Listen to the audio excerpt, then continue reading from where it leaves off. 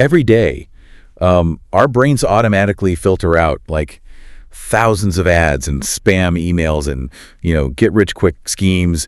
We really like to think we have this impenetrable shield against marketing hype. Right. Yeah, we definitely try to. Yeah, but there's usually that one specific phrase that manages to just slip right past the radar and make us pause.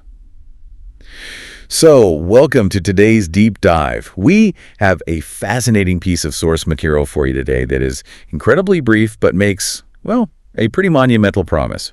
We are looking at an excerpt from a text titled The Tenfold Cash Flow Blueprint. And the actual material we are dissecting is quite literally just one sentence long. Oh, wow. Wait, really? Yeah, just one single sentence. It goes, boost your cash flow 10x with these 3 simple remedies. Okay, let's unpack this, because it is essentially the financial equivalent of those late-night commercials promising you can lose 50 pounds while eating nothing but chocolate cake. Exactly. It's wild. I mean, the sheer audacity of that 10x claim alone should trigger every spam alarm we possess. It's like promising to turn a dripping garden hose into a blasting fire hydrant overnight. But the author strategically pairs that impossible claim with the word blueprint. Does calling it a blueprint actually change how we perceive the claim? What's fascinating here is that the framing operates as a very deliberate psychological anchor. Because if an author simply promises to multiply your money by 10, it just sounds like a lottery ticket. Right, just pure luck. Exactly. It triggers immediate skepticism because it relies on chance. But a blueprint borrows the language of engineering. It suggests a reproducible, deterministic system, which gives the logical part of your brain a rationalization to just, indulge in the fantasy.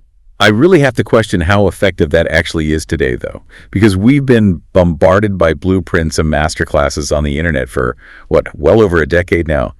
Are modern readers genuinely still bypassing their skepticism just because a marketer used an architectural metaphor? Surprisingly, they do, because it taps into a cognitive shortcut called the availability heuristic. We desperately want that 10x result, but the mental math required to envision actually achieving that kind of wealth is just overwhelming. So the brain just sort of skips that part entirely. Yeah, exactly. When the solution is packaged as a blueprint, the brain doesn't have to do the heavy lifting of figuring out the mechanics. It just trusts the implied system, allowing us to focus entirely on the reward rather than the execution, which, explains how they convince us it's actually achievable. Here's where it gets really interesting, because that brings us directly to the mechanism of the 3 simple remedies, and frankly, the source of a massive contradiction. They follow up this grand structured architectural system with the phrase 3 simple remedies. Yeah, the word choice is very intentional there. It's just so bizarre. I mean, the word remedy sounds like you're mixing honey and lemon for a sore throat. How does a massive financial overhaul like completely rewiring your cash flow come from something as basic as a simple remedy? Well, if we connect this to the bigger picture, that cognitive dissonance isn't an accident. It is actually the core engine of the hook. Wait, so the contradiction is the point? Yes. In behavioral economics, this phrasing exploits our innate desire for asymmetric returns. The text pairs a life-altering outcome, the 10x cash flow, with a near-zero barrier to entry. 3 simple remedies implies you aren't building a complex new skill from scratch. You are just tweaking something you already do. Right, so it minimizes the perceived friction of taking action to almost zero.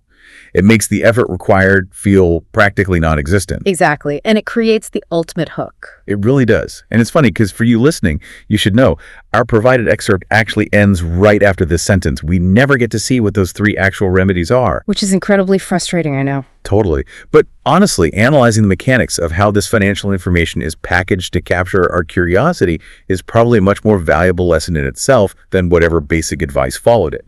By establishing the magnitude of the reward and the incredibly low cost of the effort, but withholding the actual mechanism, the author created a massive information gap. Right. And that unresolved gap is deeply uncomfortable for the human brain, which is exactly why it compels you to keep reading, or in this case, to click. So the real takeaway from the tenfold cash flow blueprint isn't actually about cash flow at all. It serves as a masterclass in framing, relying entirely on the compelling hook of a tenfold return via 3 easy steps. It really is. It's a great reminder to pay attention to the architecture of the promises we're drawn to, and to recognize when our desire for a shortcut is doing the driving instead of our logic. Definitely. And since we never actually get to see the author's mystery steps, here is a final provocative thought for you to mull over today. If you were forced to invent 3 simple, everyday remedies to drastically multiply your own personal value or cash flow right now, what would your very first step be?